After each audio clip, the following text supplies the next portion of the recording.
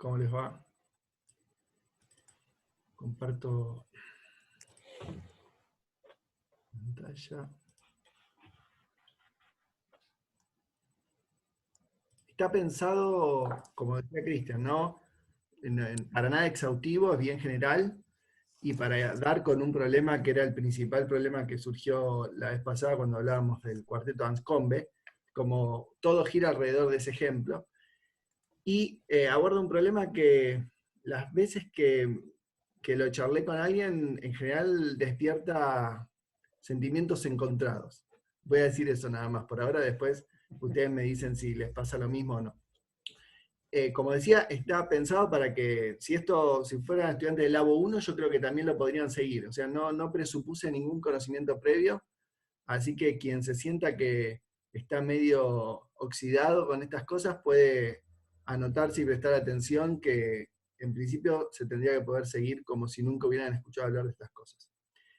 Entonces, el R cuadrado o el coeficiente de determinación es el eje, pero ya van a ver que alrededor de ese tema me gusta discutir un poquito otras cosas.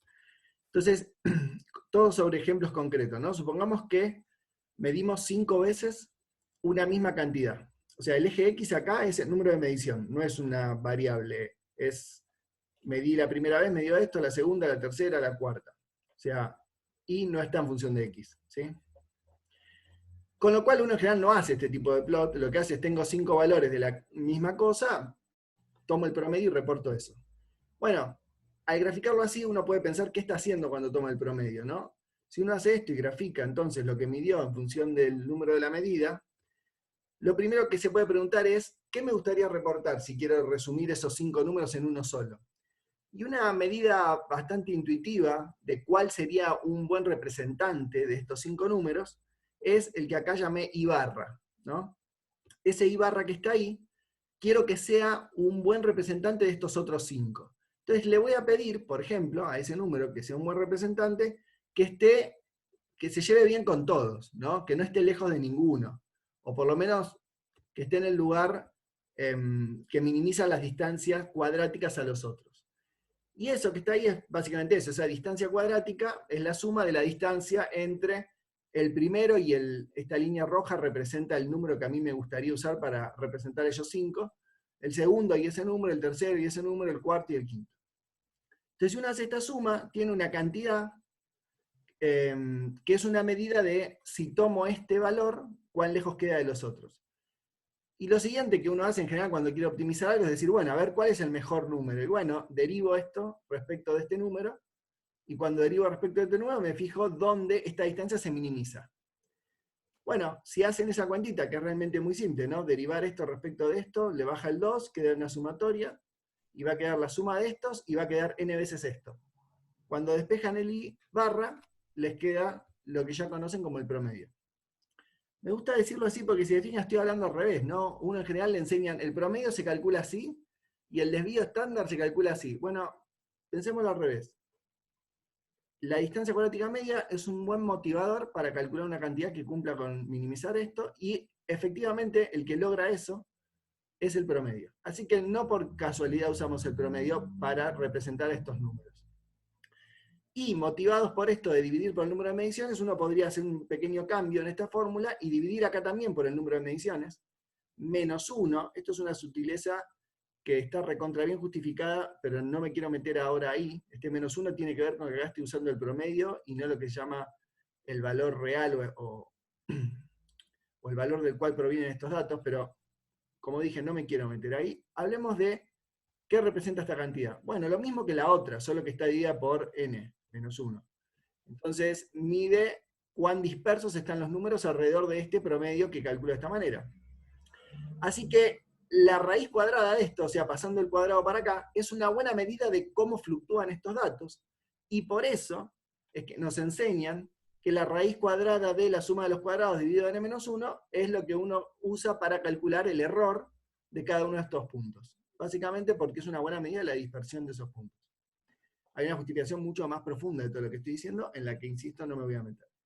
Ahora, algo que quiero aprovechar esta slide para dejar bien claro, es que ese número, calculado así, que esto se llama varianza, y el numerito que está acá es el desvío estándar, es una medida, una buena estimación del error de cada una de las mediciones, pero no es una buena medida del error del promedio, porque el promedio tiene más información. El promedio se nutrió de los 5 puntos para representarlos.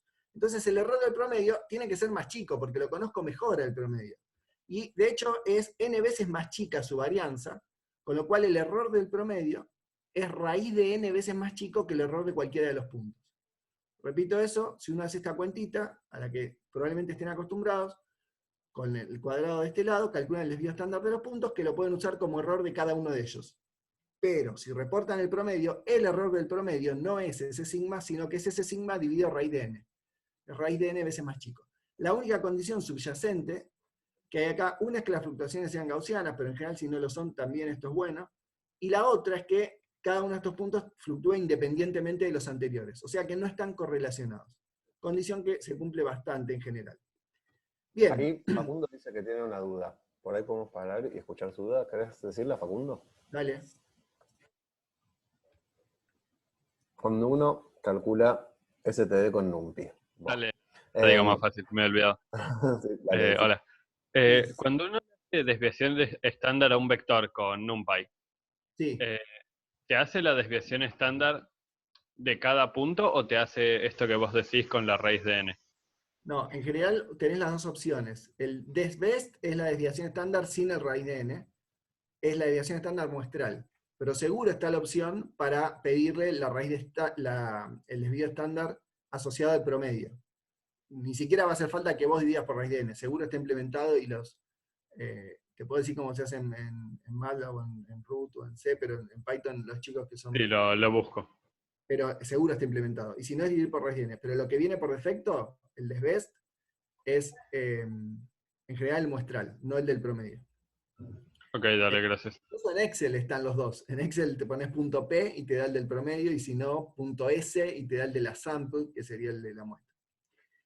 Bien, entonces, supongamos ahora que estos puntos son los mismos puntos que antes, ¿sí? Tienen error, que es una cosa mucho más realista. Entonces, si tienen error, uno podría de vuelta decir, bueno, medí 5 veces lo mismo, insisto, acá esto no es X, es el número de medición nada más. Quiero un buen representante de estos 5 puntos. Pero ahora, quiero que ese representante se lleve bien con todos, pero se lleve mejor con los que están mejor medidos. O sea, que le dé más bola a los que medí mejor y menos a los que no medí tan bien. ¿Y quién me dice cuán bien medí? Y bueno, justamente el error es una medida de eso. Entonces, en lugar de usar el promedio anterior, que era la línea roja, uno puede calcular esta línea verde, que es lo que se llama el promedio pesado. ¿Pesado por quién? Por los errores. Fíjense que lo que estoy haciendo es lo mismo que antes, sumo los x sub i y divido por n, pero este sigma sub i es el error de cada punto, me ayuda a ponderar y a darle más fuerza a los que tienen menos error. Porque este, que es el que menos error tiene, va a tener un numerito más chiquito acá, y entonces al dividir por un numerito más chiquito, este término va a pesar más. El resultado de esto es un promedio que quedó más arriba, y está perfecto, ¿no?, que esté más arriba, está más cerca de los mejor medidos y más lejos del que no está tan bien medido. Y uno también puede calcular el error de esto haciendo esta cuentita que está acá, que no es más que el denominador de este, ¿no? Es lo mismo. Les queda como ejercicio, pero es casi que se puede hacer a simple vista, notar que si todos los errores son iguales, si todos los sigma i valen sigma, entonces esto sale afuera, se cancelan, y lo que queda es el promedio anterior. Y acá, si todos los sigma i valen sigma, lo que queda es sigma cuadrado sobre n. O sea, esta es una generalización del punto anterior, solo que antes todos los sigmas eran iguales, que es lo mismo que no ponerle error, y acá habilita que los sigmas sean distintos, o sea que el error con el que medí cada punto sea diferente, y que tanto el promedio como su error tengan en cuenta que algunos puntos fueron mejor medidos que otros. Este es el promedio pesado. Bien. Ahora sí, vayamos a un caso, para ir acercándonos a lo que más nos interesa, en donde en el eje Y, de vuelta, hay una cantidad que sí podría tener representación física. Ejemplo concreto de lo que venimos haciendo, el eje Y acá podría ser la fuerza por unidad de área, y el eje X ahora podría ser el delta L sobre L, el estiramiento relativo. Si esto fuese fuerza por unidad de área y esto fuese el estiramiento relativo, la pendiente de esto sería el módulo de Young. ¿Sí? O fuerza y longitud, y la pendiente es la constante elástica del resorte, lo que quieran pensar. Pero ahora sí hay una relación funcional entre estas dos cosas, o sea, Y depende de X de alguna manera.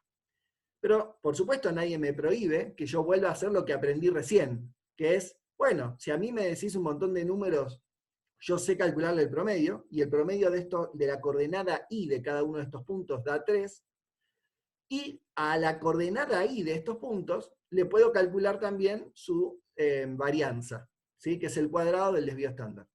Estoy habilitado a hacer esa cuenta, ¿no? Nadie me lo prohíbe. Ahora vamos a ver para qué me interesa hacer eso.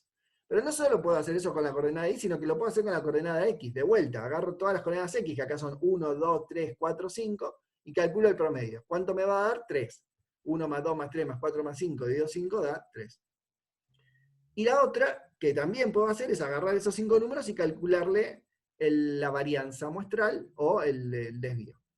Y eso me da una medida, como siempre como dijimos recién, de cuán dispersos son los puntos en y, cuán dispersos son en x.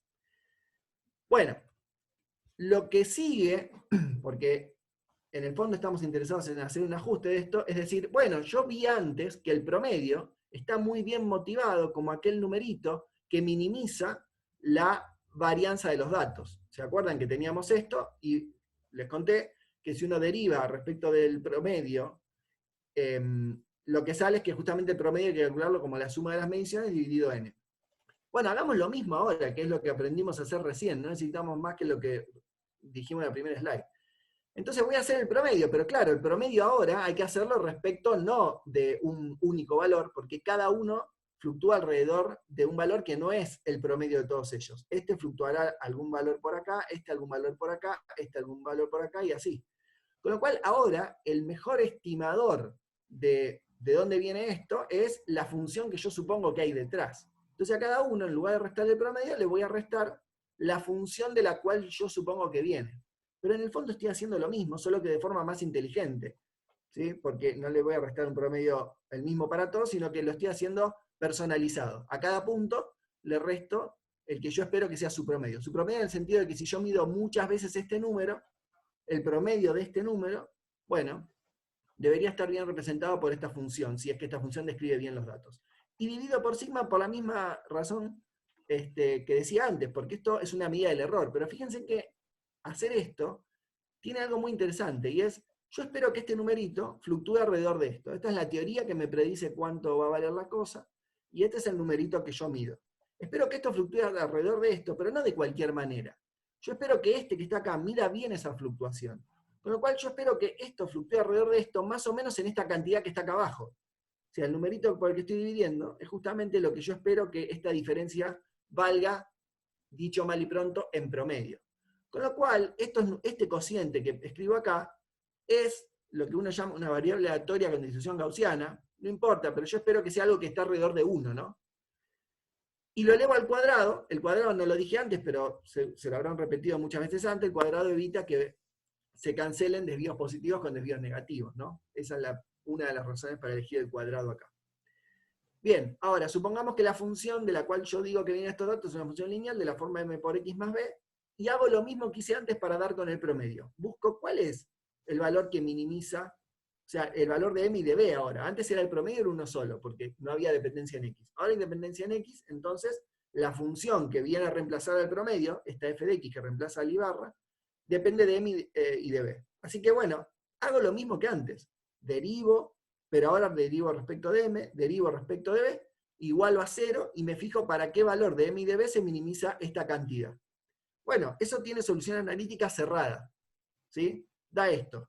Uno hace esta cuentita que está acá, este es el valor del lambda que aparece acá, los x son los x de acá, los y son los y de acá, y fíjense que solo depende de x y de y, o sea, tengo toda la información necesaria para hacer la cuenta, hago eso, y el resultado al que llego es la recta que minimiza esta cantidad, que me pareció una buena medida de cuán lejos están los datos de la recta. Bueno, eso es hacer cuadrados mínimos, ¿sí?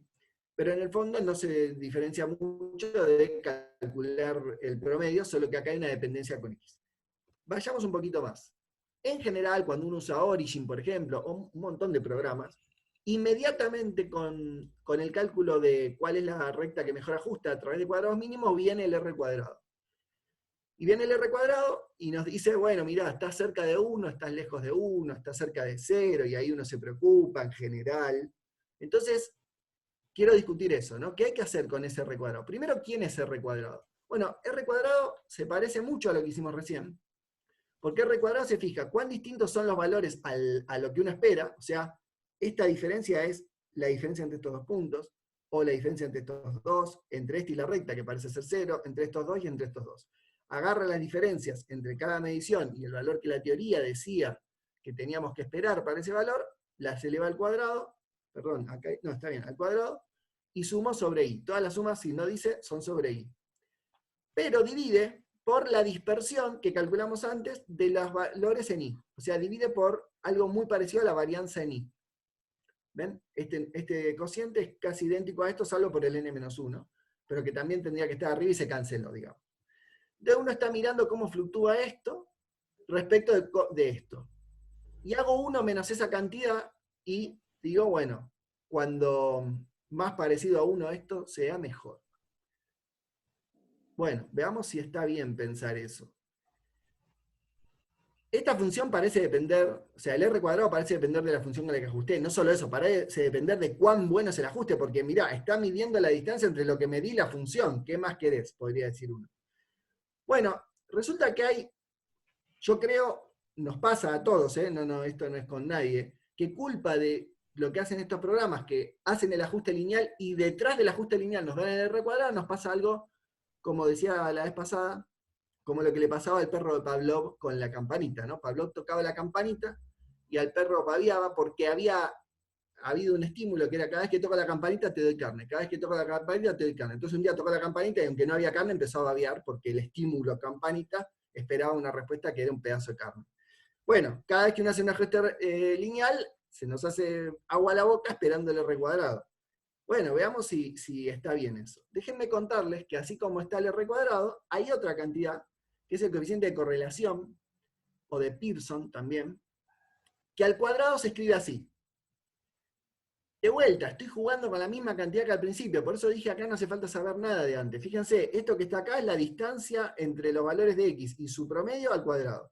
Esto que está acá es la distancia entre los valores de y y su promedio al cuadrado. Y arriba, antes de elevar al cuadrado, primero multiplico las diferencias en x con las diferencias en y, las sumo y después elevo al cuadrado. Esto que está acá arriba es un poquito más complejo quizá de representárselo, se llama, tiene que ver con la correlación, en donde no hace falta meternos para hablar de esto, pero quizás alguna cosita más digo. Pero lo más importante de esta ecuación es, depende estrictamente de los datos. Tengo los x sub i, tengo los y sub i, sé calcular los promedios, acá siguen estando las ecuaciones, no tengo ningún problema en calcular esto. Y no hice ningún ajuste acá. Saqué la recta roja que mejor ajustaba a propósito. O sea que el ρ cuadrado este que está acá, lo puedo calcular sin necesidad de un ajuste. No hay ninguna f de x involucrada para hacer esta cuenta. ¿Sí? Bueno, ok. Entonces este no puede hablar de bondad de ajuste, ¿no? Porque no hay un ajuste. Resulta que en el caso lineal, el r cuadrado es lo mismo que el ρ cuadrado. En el caso lineal, el coeficiente cuadrático de Pearson es lo mismo que el r cuadrado que les dije antes. Así que si el ρ cuadrado no necesita un ajuste para decirme cuánto vale el r cuadrado, ¿será que el r cuadrado no está hablando del ajuste? Alguien podría decir, bueno, pará, una cosa no implica la otra, porque en realidad me mostraste que el m y el b de la recta también dependen de los datos, entonces en el fondo lo que está pasando es que la función que tiene el r adentro la podés escribir en términos de los datos y el ρ debe hacer eso en el fondo. Y de hecho es cierto. Es un poco lo que pasa. El ρ es como si, uno podría pensar, tiene el ajuste lineal adentro y entonces solo mira los datos y no el ajuste para decirme cuál es el r cuadrado. Pero, fíjense esto que es mucho más contundente que todas estas cuentitas que estoy haciendo. Si uno calcula el r cuadrado, o el ρ cuadrado, porque créanme que en el caso lineal es exactamente lo mismo, da 0,98. Y acá todos contentos, mirá, dio casi 1, y sí, me hubieras preguntado y yo te decía que daba 0,98 porque se ve re bien ese ajuste. ¿Cómo no iba a dar cerca de 1? Es evidente. Bueno, entonces, si es evidente que da alto porque el ajuste es bueno, ¿cuánto esperan que dé este ajuste? Es igual de bueno que el otro. Básicamente torcí el gráfico. Si no estuviéramos en pandemia, les estaría esperando que alguno conteste. y me gustaría ver sus caras, y yo creo, intuyo, que la mayoría me dice, bueno, también es un muy buen ajuste, así que también el R cuadrado tiene que ser bueno, porque el R cuadrado me dice cuán bueno es el ajuste. Y ahora es donde me encantaría que no haya pandemia para mirarlos a la cara un segundo, y ver que el R cuadrado es 0 ahí. Y el ajuste es igual de bueno que antes. Este ajuste y este ajuste, ¿qué tiene de bueno este que no tiene el otro, en términos de ajuste? Bueno, para el R cuadrado parece ser que este es genial y que este no. Bueno, el R cuadrado no tiene la culpa. El R cuadrado nunca dijo, yo les voy a decir cuán bueno es el ajuste. El R cuadrado hace otra cosa. Y esta es la prueba contundente de que hace otra cosa. Da 0 en esta situación donde el ajuste es tan bueno como antes. Bueno, ¿qué está pasando? ¿Por qué hace eso? Es bastante fácil ver por qué el R cuadrado da 0 ahí. Y la respuesta está ahí abajo. El R cuadrado, les contaba, que lo que hace es medir cuán distinto es cada punto respecto de la f de xy. Pero la f de xy, en este caso, es justamente el promedio, porque es el ejemplo con el que empecé. Así que si la f de xy es el promedio, entonces este numerador es igual al denominador, y por lo tanto este cociente vale 1, y 1 menos 1 es 0. Así que el R cuadrado tiene que dar 0 si tengo una recta que no tiene pendiente. Y está bien eso, porque el R cuadrado nunca vino a hablar de bondad de ajuste. El R cuadrado hace otra cosa. El R cuadrado habla de cuán sensibles son los datos en Y a los datos en X. Cuánta correlación hay entre lo que le pasa a X y lo que le pasa a Y. Cuando tengo una recta como esta, ahí no le importa lo que le pasa a X, porque ya vemos que cambio X y la Y se mantiene básicamente alrededor del mismo valor, que es 3. Como Y es insensible a X, el R da 0, y está bien porque el R viene a hablar de eso, de cuán correlacionados están los datos, no de cuán bueno es el ajuste. Insisto, no hace falta un ajuste para calcularlo. Mientras que en este otro caso, hay una clara dependencia. Cuando aumenta X, aumenta Y, y por eso el R cuadrado da cercano a 1, porque hay una correlación muy grande. Si aumenta el X, yo espero un aumento en Y. Y eso es lo que está midiendo el R cuadrado. Bueno, ok, listo, está bien, te creo, podrían decirme, pero hasta ahí te creo. A ver, ¿hay algún otro ejemplo donde el R cuadrado parezca no estar andando bien? Bueno, el ejemplo es justamente el cuarteto de Anscombe que les conté la vez pasada. Acá hay 4 sets de datos, especialmente diseñados para que las cositas que les conté hasta ahora den lo mismo en todos. O sea, el promedio en Y, el promedio en X, la varianza en Y, la varianza en X, de los 4 gráficos es la misma. Y si uno mira esto, diría, bueno, el ajuste del plot de arriba a la izquierda, yo espero que sea mejor que el de la derecha. O el de abajo a la izquierda, y ni hablar el de abajo a la derecha, que tiene un claro outlier ahí que tendría que tirarlo, o el punto 13 de la figura de abajo a la izquierda. Sin embargo, como les adelanté la vez pasada, si uno le hace un ajuste a esto, la recta que uno obtiene cuando ajusta por cuadrados mínimos estos puntos es la misma para todos ellos. Y eso no está mal. Es fácilmente demostrable que está bien que dé eso. Y tampoco está mal que si uno le calcula el R, dé lo mismo en todos. O sea, el R es indistinguible a esto que está pasando. Al R no le importa cuán bueno es el ajuste, porque claramente el primer caso de arriba a la izquierda me gusta mucho más que cualquiera de los otros. Sin embargo, el R me dice, mira, lo que yo te tengo que contar es que la dependencia de cómo cambia en Y cuando vos cambiás en X se siente igual en los 4 grupos. O sea, un ejemplo más de que no nos está hablando de eso, está hablando de otra cosa. Bueno, entonces para el caso lineal, este R cuadrado es este R cuadrado, y en el caso particular del cuarteto de Anscombe, cumple estas condiciones. Puedo calcular el promedio en X, y en todos los casos les va a dar 9. Pueden calcular el promedio en Y, en todos los casos les va a dar 7,5. Pueden calcular la varianza en X, en todos los casos les va a dar 11, y en la varianza en Y en todos los casos 7,5. Si calculan la correlación entre uno y otro, les va a dar 0,816, que si lo elevan al cuadrado es el 0,666 que está acá. Este es el R, no el R cuadrado. Y la recta de regresión, como se ve en el gráfico, es la misma para todos. Y esto, insisto, era un buen ejemplo del cuarteto Anscombe de por qué es importante mirar los datos y no quedarse ni con el ajuste, ni con el R cuadrado, ni con ninguna cosa. Hay que darle una oportunidad al ojo, porque el ojo es muy bueno para ver tendencias, para ver relaciones, ¿sí? Bien. tratando de cerrar un poquito, veamos, bueno, ok, si me sacaste el R cuadrado, que era la herramienta que me daba el origin y la que probablemente informaron anteriormente, ¿qué hago ahora? Por lo menos reemplazarlo por algo. Bueno, un posible candidato para eso es el que ya usamos, el numerito que ya usamos para buscar la recta. ¿Se acuerdan que motivamos, y creo haberlos convencido, de que medir la distancia respecto a la función, dividir por el error de cada punto y elevar al cuadrado es una buena medida de cuán lejos están los puntos de la función, y minimizar eso era una buena forma de encontrar el m y el b, y de hecho eso es lo que uno hace por cuadrados mínimos, y de esa forma analíticamente uno puede decir quién es el m y quién es el b, que minimizan esta cantidad. Bueno, entonces esta cantidad, la misma cantidad que minimicé para hallar cuadrados mínimos, me tiene que decir algo de cuán buena fue esa minimización, y efectivamente lo hace. Entonces el chi cuadrado, así lo vamos a llamar, es una buena medida de cuán bueno fue el ajuste. Tiene sus problemitas también, ¿no? No se salva a nadie, pero es mucho mejor que el R cuadrado, porque este sí habla de bondad de ajuste. ¿En qué sentido habla de bondad de ajuste? Bueno, ¿me está diciendo cuán lejos quedaban los puntos de la función? Sí, me pueden decir, el R también me mostraste que medía esta diferencia.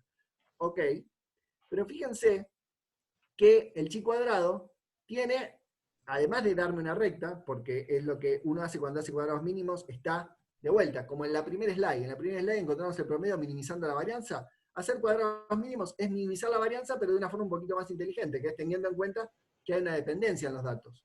Es lo mismo, estoy haciendo lo mismo. Y el chi cuadrado mide cuán buena fue esa minimización. Bueno, resulta que el chi cuadrado tiene una característica muy interesante, que tienen muchos estadísticos, así se llaman estas cantidades que dependen de los datos. Y es que yo sé qué esperar del chi cuadrado. Yo sé qué esperar del chi cuadrado si la hipótesis de que los puntos provienen de esta función es correcta. Quiero decir, si yo sé que esta función describe estos datos, ¿cómo lo sé? Bueno, podrían hacerse un programita en Python, si quieren, en donde generan al azar estos números a partir de esta función, por ejemplo. Pero ahí, supongamos que estoy seguro de cuál es la función de la que vienen los datos. Entonces yo puedo calcular el chi cuadrado para un montón de experimentos. O sea, agarro estos 5 puntos con los que venimos jugando de entrada y genero 1000 gráficos como este, con 5 puntos cada uno, y a los 1000 les ajusto una recta por cuadrados mínimo, y entonces ¿qué voy a obtener? 1000 valores del chi cuadrado. Bueno, después hago un histograma con eso, y el histograma de los 1000 valores de chi cuadrado, uno por cada una de las 1000 rectas que le ajusté, a cada uno de las 1000 gráficos que hice con 5 puntos, va a lucir más o menos así, en el caso de que tenga 5 puntos y ajuste por una recta. Acá hay una cuestión un poco más técnica en la que tampoco me voy a meter, que la chi cuadrado tiene este nu acá abajo, que es el número de grado de libertad. El número de libertad modifica su forma, pero básicamente lo único que voy a decir es lo pueden calcular como el número de puntos que ajusté menos el número de parámetros que tenía la función que usé para ajustarlo. O sea, hay 5 puntos y usé 2, el m y el b, para ajustarlos de la recta. Entonces, esta es una chi cuadrada con 3 grados de libertad. Y eso es lo que termina pasando. Yo sé que espero esto. Entonces, como sé lo que tengo que esperar de esta cantidad, cuando es verdad la teoría, cuando la teoría es correcta, cuando la teoría es lo que subyace detrás de los datos que medí, entonces, si mido y obtengo, por ejemplo, un 6, puedo decir cuán raro es obtener 6. Si en lugar de 6 obtenía 10, entonces el 10 iba a ser una cosa muy rara, porque la mayoría de las veces tiene que dar menos que 10. Si me da 2, me quedo tranquilo, porque es muy común que dé 2. Bueno, hay una forma, y este concepto es muy complicado, y no, por lo menos yo no pretendo que quede claro con esta charla que está terminando acá, pero me gustaría desde ahora empezar a militar para que se preocupen por entender qué significa el p-valor, que es la verdadera cantidad que uno tendría que mirar para poder comparar un ajuste con otro, o un estadístico con otro, o un resultado con otro. Este p-valor, que no es más que la integral de esta curva desde acá para allá, analíticamente es eso, me está diciendo cuál es la probabilidad de obtener un resultado como el que obtuve, o incluso más raro, si es verdad la hipótesis nula, que sería, es verdad que los datos provienen de esta f que está acá. Entonces, si es verdad que los datos provienen de esta f que está acá, y yo mido 6, como sé lo que tengo que esperar de la chi cuadrada, puedo calcular el p-valor. Y el origin, así como le da el R, le da el p-valor también. Y por supuesto Python y MATLAB y C y cualquier lenguaje les da el p-valor. Entonces, ¿qué hago con el p-valor? ¿Cómo lo leo? ¿Por qué es importante? Bueno, porque el p-valor me está dando una probabilidad de haber observado lo que observé si es verdadera la teoría. Entonces, ¿qué puedo hacer con ese número? Si ese número es muy chiquito, me está diciendo, mira, si es verdad que los datos provienen de esa recta, vos sos un tipo o una mujer que tiene muy mala suerte. Porque si es verdad que la teoría es f de x, lo que a vos te pasó pasa una de cada 10.000 veces, en el caso de que el p-valor sea 10 a la menos 4. De un p-valor chico me está diciendo, o tenés mucha mala suerte, o te estás equivocando en lo que supusiste. La verdad, acepten esto desde ahora, nunca van a saber si son personas con mucha mala suerte o se están equivocando en la teoría. No hay forma de saberlo. Pero sí hay forma de cuantificar si estoy en ese caso. Un p-valor grande me va a estar diciendo, mira, el resultado que vos obtuviste es el resultado que esperás si la teoría es correcta. O sea, la probabilidad de medir lo que mediste cuando es verdad lo que suponés que está pasando es alta si el p-valor es alto. Entonces un p-valor chiquito me hace dudar de la hipótesis, aunque puede ser que solo tenga mala suerte, y un p-valor grande me deja más tranquilo, aunque puede ser que haya tenido mucha suerte y que la teoría era otra y fluctuó para el lado de lo que yo suponía y terminó dando grande. Así que el p-valor es en realidad una buena medida de cuán buena, una buena medida de si la hipótesis que estoy haciendo tiene sentido o no, aunque el p-valor no nos está diciendo cuán probable es que sea verdad lo que yo supuse. Tampoco mide verdad. ¿Sí? Para los que hicieron ese hace poco, hay una cosa que se llama falsacionismo de Popper, que justamente nos dice eso, que solo podemos falsacionar cosas, pero no medir la veracidad. Así que es un resumen que termina acá, si mal no recuerdo, de qué es y qué no es el R cuadrado, qué podemos usar en su reemplazo. Un candidato es el chi cuadrado, no es el único, hay un montón. El chi cuadrado tiene otros problemas. Y empezar a hablar de p-valor, porque estaría bueno que construyan una intuición alrededor de eso, y que cuando aparezca, en lugar de mirar el R cuadrado, a partir de ahora miren el p-valor. No porque el R cuadrado no sirva, sirve, pero habla de otra cosa. Ese era todo lo que les quería contar. Los escucho si tienen preguntas.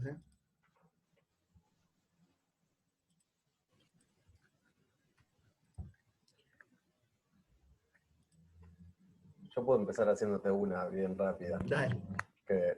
¿Cuánto es grande el p-valor? ¿Con cuánto te quedas cómodo con un p-valor? Porque el p-valor, Sí. o sea, si todo te hubiera dado exactamente sobre el modelo, el p-valor te da 1, ¿no? Está normalizado a 1, ¿no? Está normalizado a 1, de hecho se mueve entre 0 y 1, sí. Hay algo para decir de eso que es muy polémico. El p-valor es una variable aleatoria también.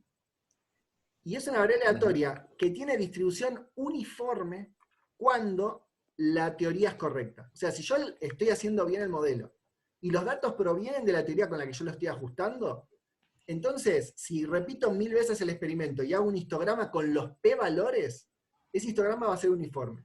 Lo que me está diciendo eso es que el p-valor no va a dar grande si la teoría es correcta. El p-valor va a dar una distribución uniforme si la teoría es correcta. Entonces, típicamente lo que uno hace es decir, bueno, le voy a poner un corte a mi mala suerte. Yo voy a decir, si el p-valor vale menos que 0,05, que es algo que, aunque la teoría sea cierta, va a pasar el 5% de las veces, yo voy a asumir que en esos casos la teoría no es cierta, sino que yo estoy equivocado. ¿Puede ser que la teoría sea cierta? Sí, claro. De hecho, el 5% de las veces la teoría es cierta y el p-valor da 0,05. Pero tengo que poner un corte. Ese corte se llama... O medís de nuevo, o cambias el o modelo o medís de nuevo. Claro.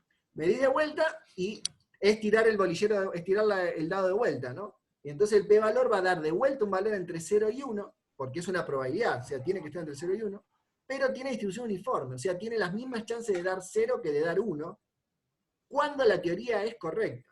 Así que el p-valor, por eso decía, no es que cuando más grande, más cierta es la teoría. No. Pero si es muy chico, tengo muchas razones para sospechar que me puedo estar equivocando de la teoría. La otra es aceptar que tengo mala suerte. Entonces, para responder lo que vos decías, Cristian, por una razón histórica y no bien fundamentada, la comunidad, elige p-valor menor que 0,05, rechazo la hipótesis nula. O sea, digo, me equivoqué de teoría. Y si es mayor que 0,05, digo que es verdad. Pero, de hecho, hay mucha gente que no reporta el p-valor, solo dice pasó o no pasó el test, cuando da más grande o más chico que eso. Es una lástima, ¿no? Porque da 0,06. Claro. uno se pierde la oportunidad de poner su propio límite. Pero por eso, ¿cuándo es grande el p-valor? Depende de cuán dispuesto estás vos a aceptar que tuviste mala suerte, o cuán dispuesto estás... En general, ¿qué pasa? A ver, doy ejemplos concretos porque tu pregunta es muy difícil de contestar porque depende del área en el que estás, es cuál es el límite que se pone, ¿no? En física de partículas, por ejemplo, para decir descubrimos el bosón de Higgs, dijeron que esa probabilidad tenía que ser 10 a la menos 7 en caso de estar equivocado. O sea, eso de medir con 5 sigmas significa, creo que es 10 a la menos 7, tendría que chequearlo, pero anda por ahí, la probabilidad de que el Higgs no exista y yo estoy midiendo lo que me diga. O sea, estoy esperando, o tengo mucha mala suerte, o sea, una de cada 10 a las 7 veces la humanidad va a hacer un LHC, va a buscar un Higgs y lo va a encontrar, digamos, con la hipótesis correcta va a dar mal. Claro, Entonces, depende de dónde estés, en biología en general, donde es mucho más difícil hacer estas cosas, se toman p-valores mucho más conservativos, ¿no? A veces dicen, bueno, 10%, quiero decir, vos podés mover el numerito a partir del cual el p-valor te parece sospechoso. Pero en general un p-valor chico es más sospechoso que un p-valor grande. ¿Está bien? Y depende de cuánta estadística tengas y qué lujo te podés dar, podés ponerte de un lado o del otro, pero insisto, depende mucho del área en la que estés. Ahí hay varias preguntas. Primero preguntó Gabriel Polonino y dijo, ¿de dónde sacás la curva para hacer la integral del p-valor? Muy buena pregunta. Bueno, mirá, la curva para hacer la integral del p-valor depende de cuál es el estadístico que estás usando, ¿no? Si estás usando el chi cuadrado, esta curva es analítica y se conoce perfectamente. La distribución de esta curva es analítica. Y dada un cierto número de libertad, recuerden que el número de libertad era cuántos puntos ajusté menos cuántos parámetros usé para ajustarlo, hay una chi cuadrado. Y es una fórmula cerrada. Y lo que voy a decir ahí es que si el número de libertad es grande, si el número de libertad es grande, entonces la chi cuadrada se parece mucho a una gaussiana. Si bien en el fondo viene de sumar gaussianas al cuadrado, pero muchas gaussianas al cuadrado vuelve a dar una gaussiana. Lo que quiero decir con eso es, si el número de grado de libertad es grande, donde grande es 20 o más, entonces esta distribución es gaussiana y está centrada en la esperanza de la chi cuadrado, y la esperanza es 2 veces el número de libertad. Todo esto es información que está en la Wikipedia, si quieren, pero quien esté interesado en saber un poco más también hay muy buenos libros, ¿no? Pero entonces la distribución analítica del chi cuadrado se conoce perfectamente. Lo único que vos tenés que hacer es identificar cuántos grados de libertad tiene tu problema, que es esencialmente contar cuántos puntos ajustaste y cuántos parámetros tenía la función que usaste para ajustarlos. De la diferencia tenés el número de libertad. Y sabiendo que es chi cuadrado, y es chi cuadrado por construcción, ¿no? Si hiciste esta cuentita es chi cuadrado, entonces listo, tenés la curva. Y una vez que tenés la curva, solo te falta hacer el experimento y, como bien decías en tu pregunta, integrar desde lo que observaste hasta infinito la curva que obtuviste. Es 1 menos la acumulativa, ¿no? ¿Es eso? Claro, 1 menos la acumulada, exactamente. 1 menos la integral de 0 hasta ese valor. Déjame recalcar lo que estás diciendo los grados de libertad, que por más que el chi cuadrado tiene la función que vos pones ahí, no depende de la función, sino de la cantidad de grados de libertad de la función. Eso es como lo superpoderoso del análisis estadístico a través del chi cuadrado, ¿no? ¿Verdad? Totalmente, claro. No importa qué pasa con los XY, solo me importa la diferencia entre puntos y parámetros, sí. Y por supuesto, la distribución es esa si es verdad la hipótesis nula, si es verdad que los datos vienen de la teoría. Si los datos no vienen de la teoría, la distribución no es esa, y eso es lo que yo voy a mirar. De hecho, tengo un ejemplito acá. Miren, esto es muy cortito. Tengo estos puntos, ¿no? Que son los mismos puntos de la primera diapositiva. Tengo estos puntos y tengo estos puntos. No se están viendo, ¿eh? No estás compartiendo. Perdón. Menos mal que me avisaste. Tenía pantalla completa incluso, así que ni me daba cuenta así. Ahora sí, ¿no? Sí, sí. Entonces, simplemente mostrarles otra cosa que también pasa mucho en los labos y da mucho para discutir, y es esta. Tengo este conjunto de datos, que es el mismo del principio. Lo armé para esta charla y me pareció simpático porque ven la simetría que tiene. Puedo tener estos errores, o estos errores, o estos errores. Y los errores juegan en el chi cuadrado, y juegan fuerte, porque fíjense que los errores están dividiendo las diferencias entre la función y lo que medí. O sea, los errores me están diciendo si las diferencias son grandes o chicas. Grandes o chicas comparado con quién, con el error con el que medí.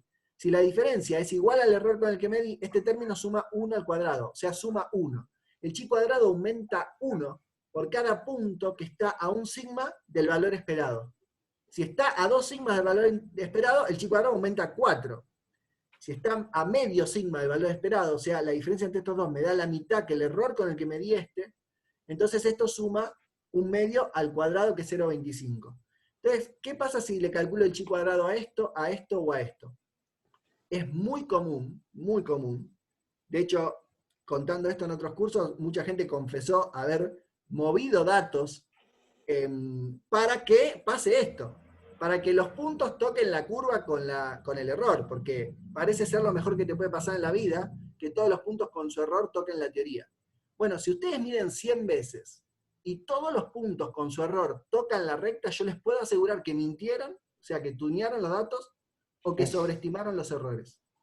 Si mido 100 veces y los 100 puntos con su error tocan la recta, hay una de esas dos cosas está mal. O están grandes los errores, o ajustaron los datos innecesariamente porque estaba bien lo que había. Uno espera que 1/3 de los puntos con su barra de error no toque a la teoría. Porque la barra de error da cuenta del 66-68% de la fluctuación que espero. Así que 1/3 de las veces la barra de error no tiene que tocar a la teoría. 1/3 tiene que pasar. Y si no pasa, como en este caso, esto está mal. Esto que puede lucir muy bien para los ojos de muchos, está mal. Y acá lo que está mal es que el error está sobreestimado. Acá el error está un poco mejor, aunque todos tocan, y acá puede que esté subestimado. Bueno, ¿cómo hago para saber si está sobreestimado o subestimado? Una forma es calcular el chi cuadrado de esto, que es hacer una cuentita muy simple, ¿no? Es a este numerito, al 2,8 le resto 3 y lo divido por esto y lo elevo al cuadrado. Al 3,2 le resto 3, lo divido por esto y lo elevo al cuadrado. Al 3 le resto 3, lo divido por esto y lo elevo al cuadrado, y así. Sumo todos y divido por el número de grado de libertad. Algo que no dije, y agrego ahora, es uno espera que la chi cuadrado fluctúe alrededor de su número de grado de libertad. En el sentido de que si uno divide el chi cuadrado, que les acabo de contar cómo calcular, por el número de grado de libertad, eso tiene que dar más o menos 1. Si da mucho más grande que 1, es porque están en esta situación. Los errores son muy chicos, entonces la suma de los cuadrados se aumentó más de lo que debía. Y si les da mucho menor que 1, están en este caso, donde o los errores son muy grandes o alguien metió mano para acercar los puntos a la recta. Entonces el chi cuadrado dividido el número de libertad tiene que dar más o menos 1, y de hecho ese número es tan importante que también se reporta en los ajustes de muchos programas, empezando por el Origin, como el chi cuadrado reducido. ¿Sí? O ese reducido es porque, o adjust, creo que dice el Origin, es dividiendo el número de libertad. O sea que tienen que esperar que esté alrededor de 1. ¿Sí? Y si da 1, bueno, el p-valor después les va a dar alrededor de 0,5. Si da mucho más grande que 1, les va a dar muy chico el p-valor. Y así uno también puede, obviamente, relacionar el valor que toma el chi cuadrado con el p-valor, porque eso es lo que hacía esta curva que les conté. Cuando mayor es el chi cuadrado, más chico es el p-valor, porque un chi cuadrado grande es sospechoso de que acá hay disenso, ¿no? Si estos se diferencian mucho, esto da muy grande, y si esto da muy grande, este va a parar por acá, y si este va a parar por acá, la integral a la derecha da muy chica, y un p-valor chico me está diciendo o tenés la peor mala suerte del mundo o le equivocaste a la teoría.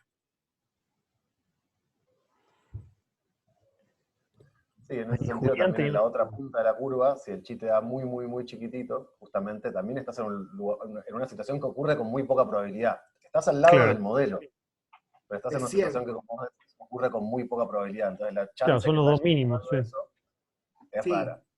Ese punto que haces es muy bueno porque por esa razón, si uno no está seguro de haber sobreestimado los errores, digo, podría haber pasado que están sobreestimados, uno a veces hace un test a 2 colas en lugar de una cola. Una cola es integral de acá para allá. Pero uno puede decir, no, a mí también me va a parecer sospechoso un p-valor muy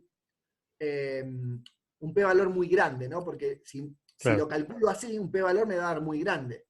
Entonces lo que digo es, mi p-valor va a ser la integral de acá para allá y de acá para acá, donde el acá tendría que estar en relación con lo que medí. En distribuciones simétricas eso es mucho más fácil, es de donde estoy para la derecha y del simétrico opuesto para la izquierda. Entonces, ese es un test a 2 colas. Los dos extremos me parecen malos, entonces dejo ahí la rareza, o sea, llamo el raro o extremo, ven que aquí usé la palabra extremo, para no decir más grande. No quise decir más grande a propósito, porque a veces, como dice Cristian, lo que es más chico también es sospechoso.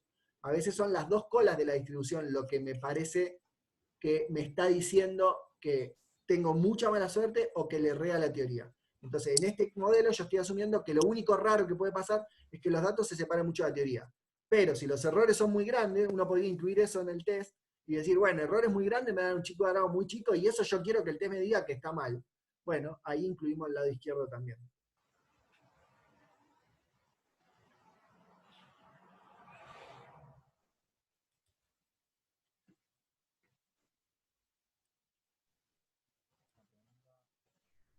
Claro, esto para muchos grados de libertad se termina pareciendo siempre a la gaussiana y a las cosas que quedan adentro o afuera del sigma, ¿no? ¿Es eso? Exactamente. La chi cuadrado, como decía, tiene una particularidad y es que se construye como suma de gaussianas al cuadrado.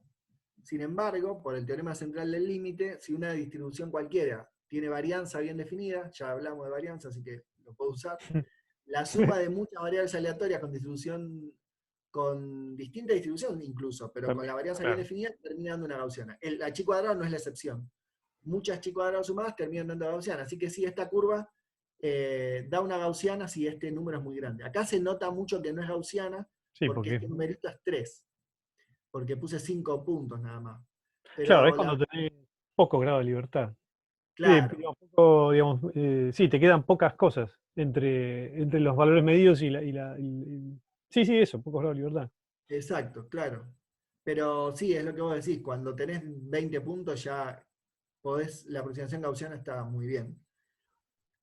Pero bueno, tampoco es que haya necesidad de hacer la aproximación porque la chi cuadrado, o sea, Sí, hasta está, sí, se puede usar. cualquier lenguaje la calcula y si no tienen ganas de programarlo, googlean chi cuadrado calculator, online calculator y les sale una página que lo hace, ¿no? Sí, sí, sí, está llena de eso. Chi-square, ¿no? El chi en inglés es chi-square. Ahí Julián preguntó, dijo que tenía una pregunta que le avisáramos y... Ah, no le anda el micrófono. Bueno, va a escribir.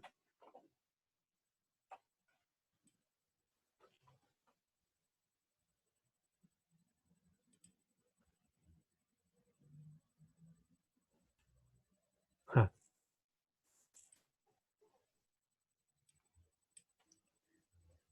No Estaba bueno, estoy- muteado pregunta yo si el también. R... Mientras tanto. Perdón. Si el R no, pregunta si el R da entonces alguna buena medida de algo. Dice. Bueno, sí, no es que el R no sirve para nada. De hecho, fíjense que si revisan, siempre dije, en el caso lineal, el R cuadrado es igual a Pearson al cuadrado. Cuando el caso no es lineal, empieza a pasar que no, y de hecho, también pasa que el R cuadrado tiene una distribución que uno puede usar como la del chi cuadrado y empezar a decir cosas del ajuste. En el caso lineal, ya mostré que no. Cuando la función es más complicada, podría darse ese uso, pero la verdad es que hay un montón de cosas mejores para hacer. Ahora, lo que sí hace el R, y entonces no por eso debe ser ninguneado, solo que hay que darle otro uso, el R lo que sí nos dice es cuán sensibles son los datos en Y a los datos en X. De hecho, olvidémonos de que está el cuadrado, ¿no? El R sin el cuadrado, o el ρ, que en el caso lineal es lo mismo, ¿no? Este ρ sin el cuadrado, sin este cuadrado acá principalmente, y con una raíz acá abajo, sin este cuadrado acá, este ρ me dice, si es positivo, que cuando aumente X, tengo que esperar que aumente Y. Si es negativo, que cuando aumento X, tengo que esperar que se achique Y. Me está diciendo eso la correlación. Y si da 0, me está diciendo cuando aumentes X, ahí no le va a importar nada. Entonces, está hablando de los datos, está hablando de qué correlación hay entre uno y otro, cuán sensible es una variable a lo que le pasa a la otra.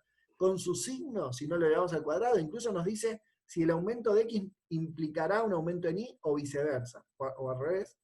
Y nos está diciendo, si da 0, que no hay ninguna razón para decir que una cosa está correlacionada con la otra.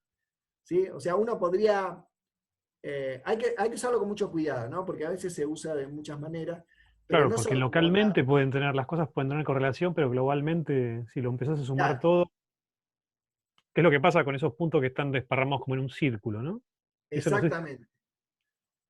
Exactamente. En un círculo, si uno tiene una nube de puntos y le hace una nube circular de puntos, un ajuste lineal va a dar 0 y el ROT probablemente también, pero no, si una cosa no implica la otra. Hay que andar con cuidado. Para entender bien qué hace esto hay que entender qué significa correlación, que para no ir a mucho detalle, básicamente habla de eso, ¿no? De cuán sensible es una variable a la otra.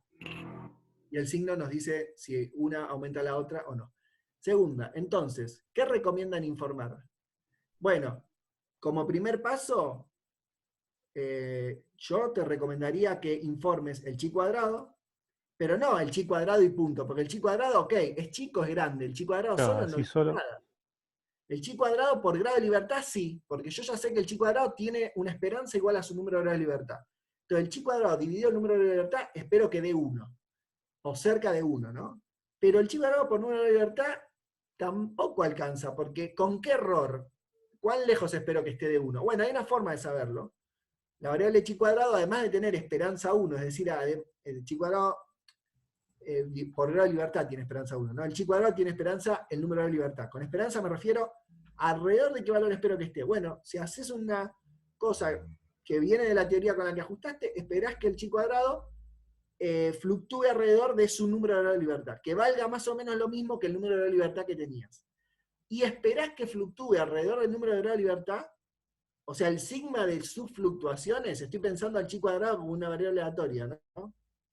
Tiene que ser más o menos raíz cuadrada de 2 veces el número de libertad. O sea que no solo sabemos cuánto tiene que valer, sino cómo tiene que fluctuar. O sea que si vos calculás el chi cuadrado y no se parece al número de libertad, y decís, bueno, ok, no se parece, ¿y cuánto? ¿Es mucho de lo que no se parece? ¿Es poco? ¿Cómo hago para cuantificar cuán lejos estoy del número de libertad? Porque necesito una medida de eso. Bueno, la raíz cuadrada de 2 veces el número de libertad es donde vos esperás que fluctúe la mayor cantidad de veces, digo 68, no es 68, pero más o menos, por ciento de las veces el valor de chi cuadrado.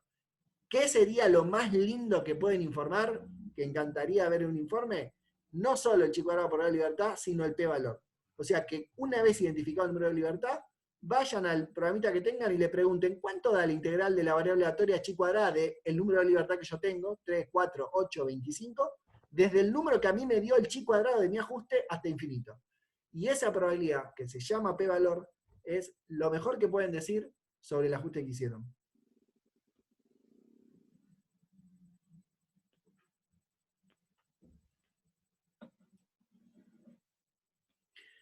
Son las desviaciones estándar para los valores medios, entonces no es correcto, ¿no?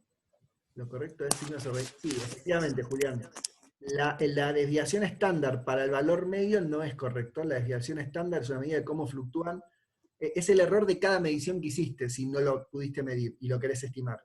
Pero el error del promedio de esas mediciones no es el sigma, sino el sigma sobre raíz de n, con el cuidado de que para que eso que te estoy diciendo sea cierto, las mediciones tienen que ser independientes y no estar correlacionadas. Es una condición que se cumple muy a menudo, pero bueno, aviso por las dudas.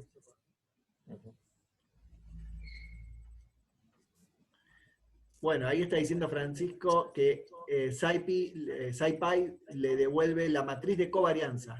¿Cómo hago para sacar el valor de chi cuadrado? ¿O me tengo que hacer una función que me lo calcule? Bueno, bien, es una pregunta más técnica, no sé si queremos usar tiempo ahora con eso, pero la matriz de covarianza tiene que ver con algo que apareció acá, y voy a mostrarte de vuelta, tiene que ver con esto que está acá arriba. ¿Sí? Para cada xi y para cada i sub i, vos podés hacer esta cuenta, y entonces de acá te podés armar una matriz, porque lo podés hacer con los x sub i y los i sub j. Y los pares de estos productos en toda la matriz te da información de cuán sensible es un dato a otro. Si querés hacer un chi cuadrado, la información ahí no está bien dada para que vos calcules el chi cuadrado. No es el mejor lugar para empezar, te diría. No es que no se pueda, hay una forma de hacer eso, pero no es lo que te recomiendo hacer ahora. Yo te diría que es mucho más fácil que de ese mismo ajuste calcules el chi cuadrado, no a través de la matriz de covarianza, sino que hagas la cuentita que está acá, y la cuentita que está acá me refiero a esta, ¿no? y que a partir de eso calcule si querés el p-valor. La relación con la matriz de covarianza me llevaría un rato bastante más largo contarte cómo juega en todo esto. Claro, lo que pasa que la función esa enlatada del SciPy le da la matriz de covarianza porque de ahí podés sacar la incerteza, si querés, o la, digamos, Claro, cómo fluctúa, sí, la incerteza que tiene cada uno de los parámetros ajustados. Lo que pasa es que claro, tampoco te habla mucho del modelo, o sea, de la bondad. exactamente, no, tal cual, no dice nada de la bondad de ajuste la matriz de covarianza. Si era esa tu pregunta, la matriz de covarianza no habla de la bondad de ajuste. Y también agrego, con el riesgo que tiene decirlo así Al sin aire. ver la matriz, que la diagonal es la que te da las varianzas de esas cantidades. La diagonal de la matriz de covarianza te está diciendo cuál es la varianza de cada uno de esos números. En general, esto es así, ¿no? Si vos tenés dos variables que son independientes, la matriz de covarianza tiene que ser diagonal, y lo que está fuera de la diagonal da 0. Si fuera de la diagonal hay numeritos, significa que las mediciones no eran independientes. Si fuera de la diagonal hay ceros, la diagonal son las varianzas de cada una de las variables que usaste para hacer el ajuste. Pero, de vuelta, ¿no? O sea, la variable me refiero, podés tener xy, xy. Entonces, la coordenada xx y la coordenada y de la matriz de covarianza te están hablando de cuál es la varianza de x y la varianza de y. Con lo cual, la raíz cuadrada de lo que tenés en la diagonal es una medida del error en esa variable. Pero no está hablando de bondad de ajuste. No está esa información ahí.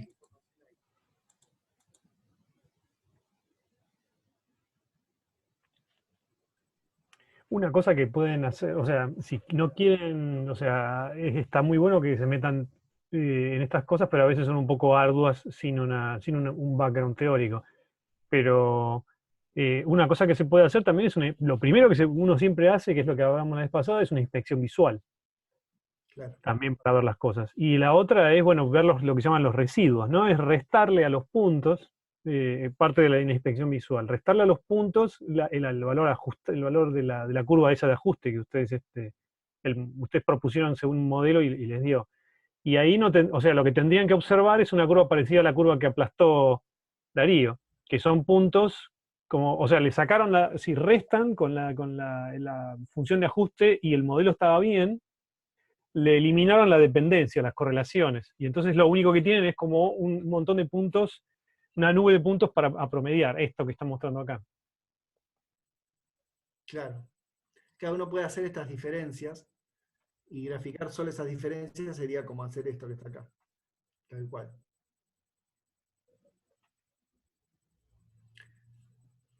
La pregunta de Patricio me causa gracia. Dice, ¿hay algún libro sobre todo esto bien explicado? Sí, Hay unos perdón. cuantos. No, pero me causa gracia porque bien explicado, yo sé que no lo decís por eso, pero suena, bueno, quiero leerlo de algún lado donde se entienda porque no te entendí nada de lo que dice. Ya sé que no, pero a ver, sí, hay muchos libros donde esto No la se, quieras arreglar ahora, Patricia. claro, para profundizar en el no entendimiento de todo esto. Sí, hay muchos libros. En la materia estadística que da Ricardo Piegaya se usa mucho el Frodesen, que es un libro viejo, pero muy lindo, muy bien escrito, con un inglés muy llano, incluso para los que les cuesta todavía leer en inglés. Y bueno, ese es como un libro de cabecera de esa materia. Pero hay muchos libros más nuevos también que están muy buenos. Y bueno, sí, podemos circular un mail con libros de esto si quieren. Yo ese libro, o sea, sin haber hecho la materia y todo eso, lo abría, no al azar, pero en algún capítulo donde alguna cosa me interesaba ver, y es un libro que se entiende. O sea, Sí. está bueno. Y aparte lo bueno del libro es que no es un libro de estadística, sino que es un libro de estadística para la física, ¿no? Lo malo quizás es que es para la física de partículas, está muy orientado a partículas, pero es para la física y escrito con la cabeza del físico. Es muy práctico, muy claro, sí. Pero hay libros más nuevos, incluso debe haber mejores, ¿no? Pero ese es el que más presente tengo. El RICE, dice. Introducción a la estadística, ok.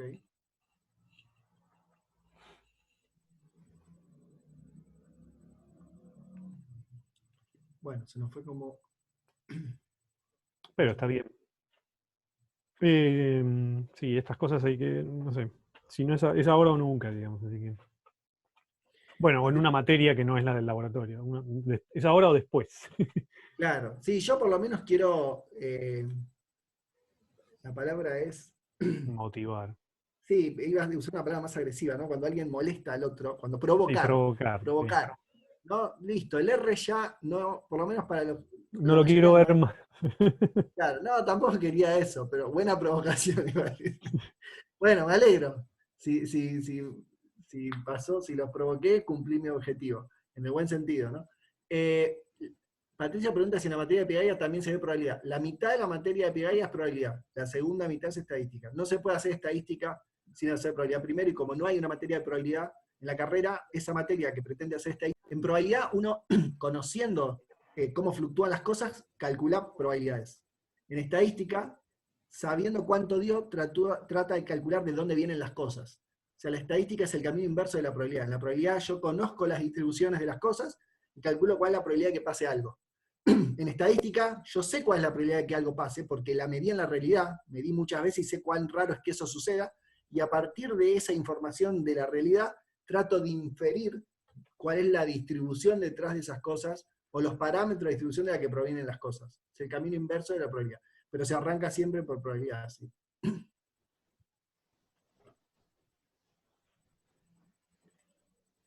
Che, buenísimo, Darío. Me parece que definitivamente provocaste algo y creo que quedó además bastante claro qué cosas usar, qué cosas no usar y por dónde y qué caminos para profundizar.